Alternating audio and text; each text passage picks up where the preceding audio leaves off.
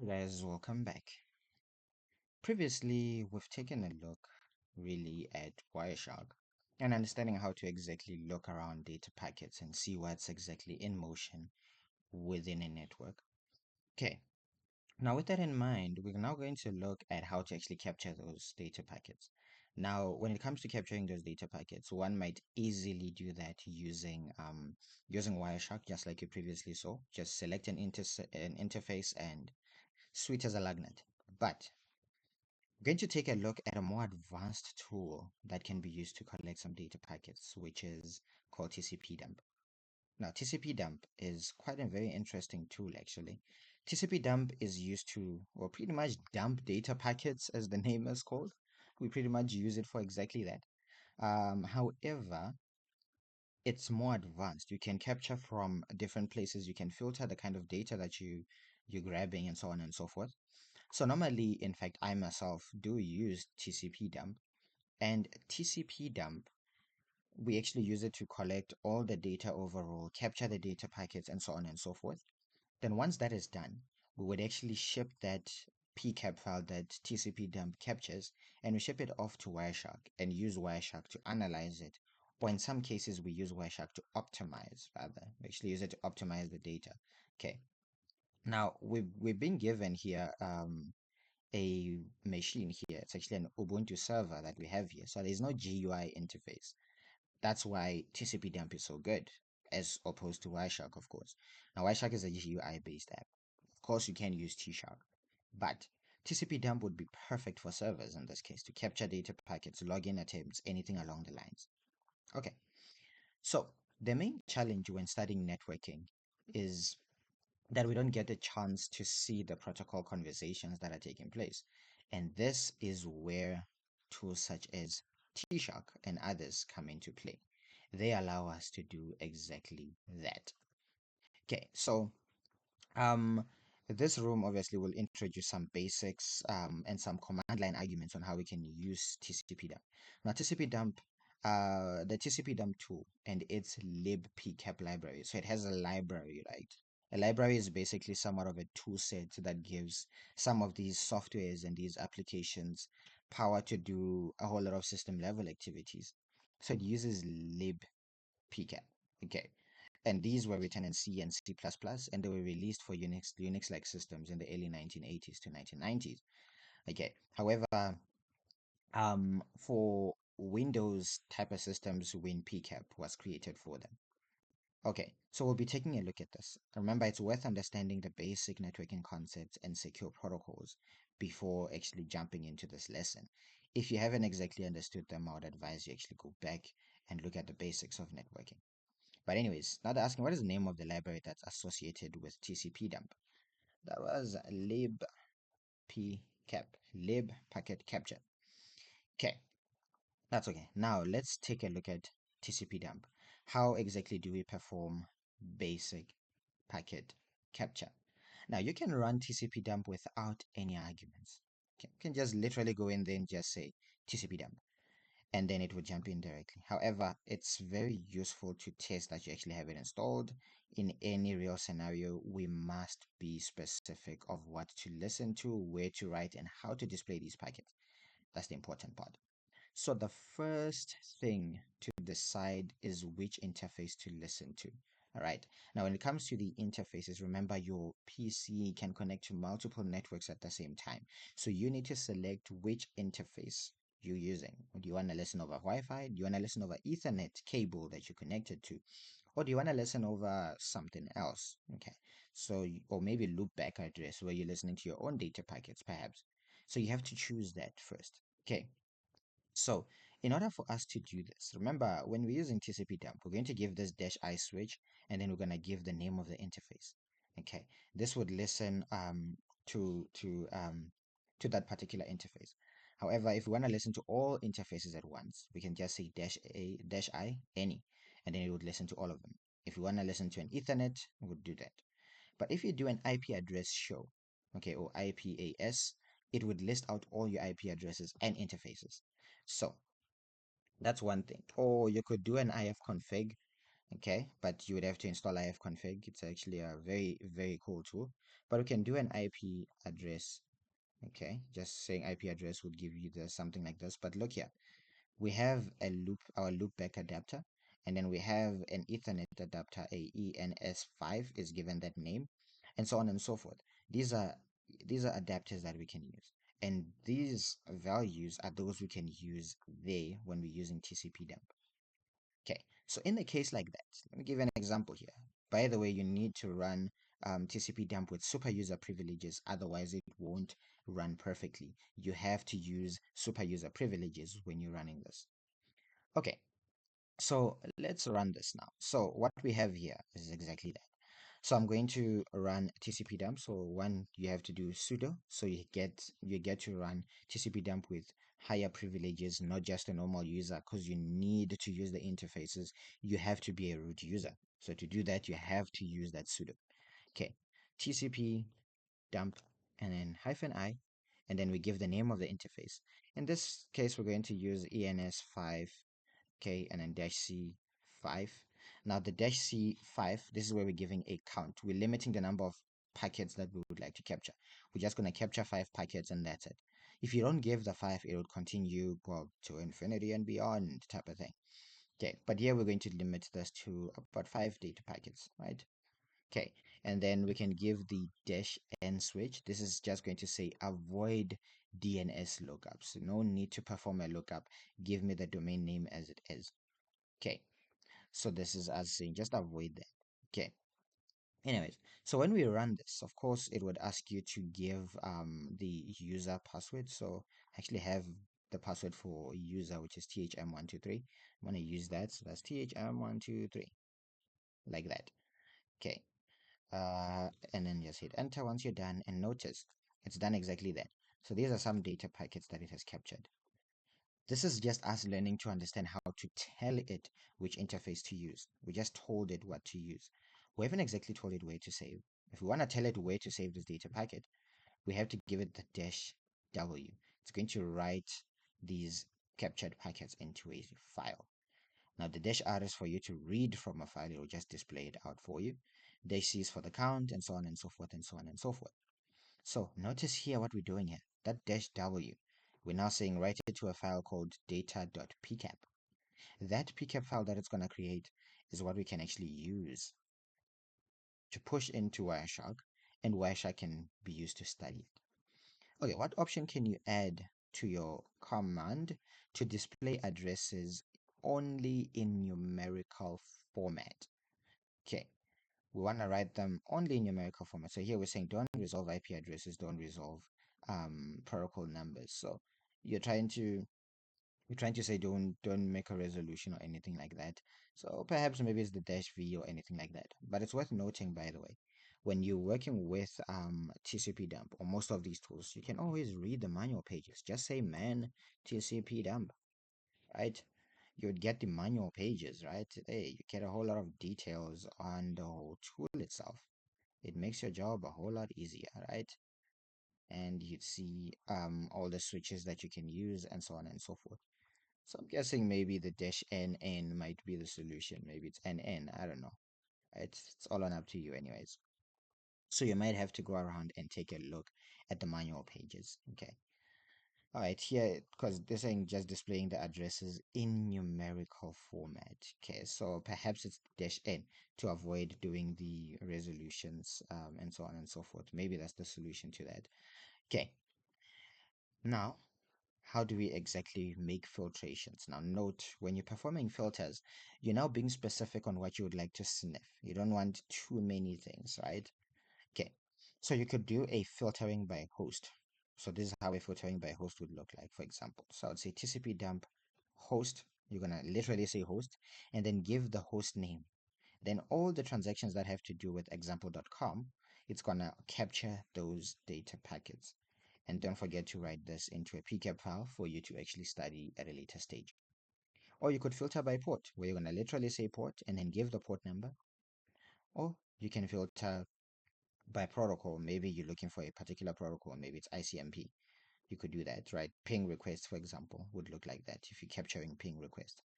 And then there's obviously different other methods. You could say where the source host IP address is this, or the destination IP address is this, or the port is this and port is that, and all that and all that. So it makes your jobs a whole lot easier. Okay. All right. Now here's an example here. TCPdump dash R. So it's writing, or this is actually reading. Just to give you context here, we're not capturing data packets, we're actually reading. So we're reading from this particular file here. Okay, and we would like to filter this where the source IP address is this. We're not gonna resolve, and we just want to count. We're piping this. We're just piping everything. Just give me a word count. It's gonna read all of that, and it will tell you there's 910 entries in there. Anyways, that's asking how many data packets are in traffic pcap using the ICMP, specifically using the ICMP. So we have to really put our thinking caps on here. So I'm going to use TCPdump. Now here, if we ls this, there's obviously traffic.pcap file for us to actually use here. So pcap TCPdump, right? We're using TCPdump, of course. I'm going to give the dash R to specify that I want to read traffic.pcap. Okay. Then I'm going to be specific now to say that the protocol has to be an ICMP, just like how they did it there. I'm going to be specific to say it has to be an ICMP. Okay. We're filtering by protocol. Okay. When we're filtering by protocol, we're just going to give it. Okay. All right. So in my case here, I'm just going to say this should be ICMP. Okay. Now, I'm just going to list this out so we can see. Notice how it reads. It gives us all of these. These are ICMPs, and so on and so forth. But anyways, so this command just gives those to us. But now they're asking how many. We need to count these. We're not going to do that and then actually literally go and count those. That's terrible. So what we need to do is actually pipe this into WC, word count. And we can notice that there is 26 records of ICMP communications in there. Okay, hope that helps out. They're saying, what is the IP address of the host that masked the MAC address of this? Okay, so we're actually looking for an IP address here. Okay, what is the IP address of the host that asked? Okay, so the whole idea of asking, that's ARP, right? That's ARP. So we're dealing with ARP. Okay, so we're looking for this and we're dealing with ARP. So TCP dump in this as well. Now, this is now going to be an ARP, okay? The whole idea of asking who is, and so on and so forth. Now, when we get this, look at that IP address, that 192.168.124.137. There it is, that 192.168.124.137. They're asking who has, this is some time frames and so on and so forth, who has, right? And they're asking for who asked this, right? Who asked this? So we're reading this and someone is asking who has this, please tell this person. So this is the person clearly who asked for that IP address. So we're going to give that person's IP address. They were the one asking. So that's 192.168, 124, and 148. That's the one asking. But you obviously remember what ARP is all about anyways. Okay, so what host name or subdomain appears in the first DNS query? Interesting. You might be saying, okay, Nash, this is quite easy. I'm sort of getting a hang of it here. Perhaps here we are searching for DNS. Huh? It's not a DNS query. Okay, notice here we cannot pass or filter this expression. They have no idea what the heck DNS is. DNS doesn't exactly seem to be a viable protocol in a sense, right? Because remember, in terms of our protocols, this is just what we have. Okay, we just have to work with that. Okay, so here they're asking the first DNS query. Okay, first DNS query. The first time someone asks us for a translation of a particular domain and so on and so forth, right? Or what was the solution for that particular thing? Maybe it's an ARP type of request, or maybe it's an ICMP type of request. It's all quite dependent. Some people might try to put quotations around this, right? Maybe it might work, but the expression there doesn't really pan out. But anyways, so if we look deeper into this, this honestly would have been easier if let me actually stop this. This, in fact, would have been a whole lot easier with Wireshark, I must say. It would have been a whole lot easier. If this was Wireshark, easy peasy. right? But if we scroll through these data packets that we have here, we see a whole lot of IP type of requests that are being done, right? And so on and so forth. These are all IP type of requests and so on, right? And we can keep going. It's IPs and IPs. We can't really see sort of the format protocol of um, of performing the translation, the DNS query itself. And in fact, I think it sort of ends there. So the question really that you have to ask yourself is, what would work here? Would it be a filtration by protocol or would it be a filtration by something else, right? Now, I think I think it's a filtration by protocol, right? It might even be a port, but you'd have to essentially know what what the port number of the DNS server would be. But here, filtration by port. Here, notice if you want to capture all DNS traffic, you can limit the captures to 53 because that's the default port for DNS, because DNS uses that. Now they're saying remember that DNS uses UDP and TCP ports 53 by default. So when we're performing a DNS filtration, we can go for that. Okay, so let's actually do that. So I'm gonna clear this out. Okay, and then let's do that once more. This time, we're going to filter by port, and I'm going to say I would like specifically port 53. Okay, and let's not do any translations. Okay, and then we get these results. Now, the question is asking what is the first one? Okay, they're asking the host name or subdomain that appears in the very first query. So here's the query. Okay, here's our query that we have there, and we have mirrors.rockylinux.org. Okay, so mirrors.rockylinux.org. That's the first DNS query that we actually have then. That's an A record that we're requesting for. Okay.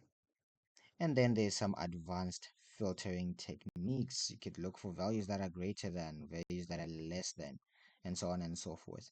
Okay. How many packets have a TCP reset or RST flag set? Like they actually have a flag set. Okay. So here's an example of how we can perform a filtration based on that. Okay, so here we're saying TCP dump, TCP flags, right? And we're saying it's equal to TCP sing. So this is to capture TCP packets only with the sing that is set, or only with the synchronized, right? Synchronized that is set. Okay, and then we can search for those that are not equal to 0, which is what I'm gonna go for. Because I think by default you can have one that's set to 0, I'm guessing. So here we're no longer working with ports here. So I can then be a whole lot more specific to say that I would like those that are having the TCP, right? The reset flags, by the way, because we're being specific here. They want the reset flags. Okay. So they're saying you can use TCP reset flags to refer to the TCP flag field. The following TCP flags are available to compare with. So we can compare synchronize, we can compare this, we can compare that. Okay. But nonetheless, what we are actually going for here, I would like to see where where the TCP dash RST is not equal to 0, where in other words we're saying it's actually set to something. Okay, we could try to make a filtration against that, but I've actually noticed I've misspelled my TCP there. Right, we need to fix that, otherwise we're not going to get any results based on the filter that we are using here. Oops, should be there. Okay, we could perform our filtration accordingly like that, but this is what we have. But the question is saying how many. So what I've done here is I'm just listing things out. I actually need to add a word count to this so that it actually works perfectly. So let me clear this out once more. Okay, so let's run this. It's just that at the end, I'm actually going to pipe all of this to word count. Okay, and once we read this, we notice we actually get a fairly large value to that. Okay, but nonetheless, they're saying only the TCP. Okay, so only the TCP. Okay, so we can't be using any AND notations or anything like that. We're looking specifically just for the pod. So If we have anything like this, that would be at least the synchronize or at least this. This is all, by the way, here we're looking for only. So look at here. They were going with only the synchronize, right? Only the synchronize. So let's modify our filter here. So I'm actually missing the TCP field, right? The TCP flags. So I need to go on and say TCP flags. Okay, and we need to add that to our filtration. Okay, all right, and we'll give an equal just like that, and I'm just gonna give the not equal to 0. Okay, just to add that onto our filter. Okay, all right, so I'm gonna get, oh my goodness, okay, TCP dash RST, and then we can close our filtration there. Okay, because take note here, in this instance that we're using, this was to ensure that only the synchronize is set, which is there. Now here, if we want only the RST, it would only make sense that it's done in that particular manner. And there we go, we get a 57. Beauty. Okay, now that's out of the way. Then they're asking, what is the IP address of the host that sent packets that are larger than that's 15,000 bytes. So they're asking which one sent packets that are larger than 2,000. Now, when it comes to the greater than, this is what we need, right? The operations. Okay. Now, when it comes to the sizes, we don't need any binary operations or anything like that, or header bytes or whatever. So we want to go with those that are greater than. So I could specify the whole greater than and give the length. Okay. All right. For you to get a better understanding on this one, you can look obviously at the PCAP filter manual pages. They can give a bit of more insights on how to actually work around this. Okay. So, oops, my goodness. Okay.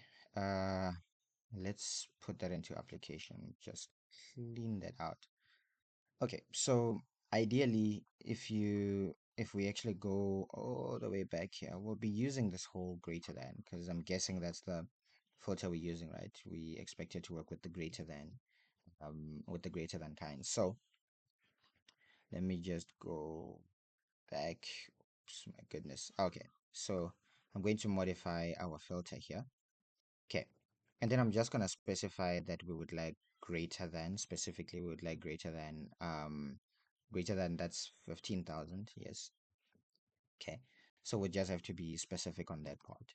Okay, so here, so we're going to specifically go on there and say greater. Okay, let me just make sure that we're not supposed to give this an upper caps. This has to be in lowercase. Yes, it is lowercase. So that's greater than 15, 1, 2, 3, 15,000 bytes. Okay, and then we could just go with the no translation in case, because we need the IP address in this case. Okay, so here we go. We have those. Now they're asking what is the IP address of the host that sent data packets that are larger than 15,000. So out of all of these that we have, I'm guessing that all of these sent data packets that are larger than 15,000, but only one should come out, right? What is the IP address? So what we're having here, you would notice all of these, it's actually the same host. So that would be the solution for that. So that's 185, 117, and 80 and 53. Beautiful. Okay, that would be the particular IP address of the device that sent that many. Okay, TCPdump is a rich program with many options to customize how packets are printed and displayed. Quick outputs would be shown like that, print link level headers, ASCII data shown, and so on and so forth. So you can actually somewhat configure how the data should be displayed, especially if you are displaying your data packets in real time. Okay, so brief packet information would look something like that. It's just from who to who, the packet that way. Well, the transmission control type and the port number would be shown like that. If you give the quick display, right? By default, it would pretty much show you quite a lot of information. Okay, so there's different use cases there. Okay, you could show the data in hexadecimal format, so you'd actually see the data itself in transmission. Okay, or you could show both. Okay, just reconnect to that, or you could show both. Okay, but nonetheless, Here we have a question that's saying, what is the MAC address of the host that sent an ARP request? So there's one that sent an ARP request. Probably we're gonna have to actually read through here. I'm not quite sure if the question is actually asking with regards to this packet file, because if that's the case, we could actually just use a filter. Okay, pcap. Okay, so I'll just go on and say it's an ARP. Okay, again, I'm not exactly sure, but I'm gonna guess that the MAC address of this particular device. Okay, so this person saying who has da da da da da da da da da, and so on and so forth, and there's some resolution things that shouldn't be done there, but that's okay. Okay, so it's asking who has this and so on and so forth, but we don't have MAC addresses in this case, so I don't think we have that. But I'm not quite exactly as sure on the resolutions themselves if we're supposed to be doing this with regards to the file itself and read it, or we actually supposed to actually do a packet capture. If that's the case, then we could just do a standard TCP dump and go specific to capture ARPs. We could try and do that. Oops, sudo TCP dump. The sudo is very important, and then I'll specify that we would like ARP. Okay, and then I would have to give the password. I think that was THM123, if I'm not mistaken. Okay, and then it can start capturing some data. But I don't really think this would be the ideal approach. But anyways, we have some captured data that's actually showing there, and so on and so forth. And hey, we actually have a MAC address. But again, not quite as sure. Probably if it's based off of the file. If it's based off of the file that we're supposed to read and get those ARPs, then that's fine. That would be sitting at 52, 54. I'm looking here, by the way. We actually read it. 52, 54, 00, right? 07, 18, and 29. I'm guessing. If we have to obviously be reading based off of the file. If we're supposed to perform it within this, then we would have to, we'll be getting that one. So that would be 02C2, um, 02C26B, and that's 00 and 0D and B3. This somewhat is actually different. So um not quite exactly as sure, right, on which of these we're supposed to use. But if it was based off of the reading within the file itself, right, when we read the file, we actually found that it's this, right? Okay. Then if it's based off of the other one, it would be that. So it's kind of different, so it's all right. Okay, but anyway, anyhow, you get the whole context. We might even do a whole idea of not resolving IP addresses. We can decide to keep the addresses as they are. Then it would look like that, right? Who has this, person is located there, and so on and so forth. I'm guessing if that was the case, then it would have that 52, 54, 002, 0023, 60, 2B. That would be the case. If we're reading it based off of a file, we would have those ARP requests show us the solution for that. Okay, so I'm just gonna do a bit of a modification to this. Okay, just gonna give it that dash E switch, okay, to include the complete MAC addresses, because in fact in this question they're asking that the one that sent it rather not the response. So let's go ahead and do that. So we have this. I'm just gonna change the switch into a dash E, so we can actually see the MAC address of the one who actually sent it. So we actually have that one. So we're not actually looking at the response, but the one who did the sending. So we've got 5254007C, I'm guessing, and D3 and 5B, if that's it. Okay, and that would be the solution for that one, right? The one who actually sent that ARP request to look for a device. Okay, and that is it, the rather basics of TCP dump. At a later stage, we would look at more advanced um, methods and tools around TCP dump. Hope that helps you guys, and give it a swing, and I'll see you guys in the next one.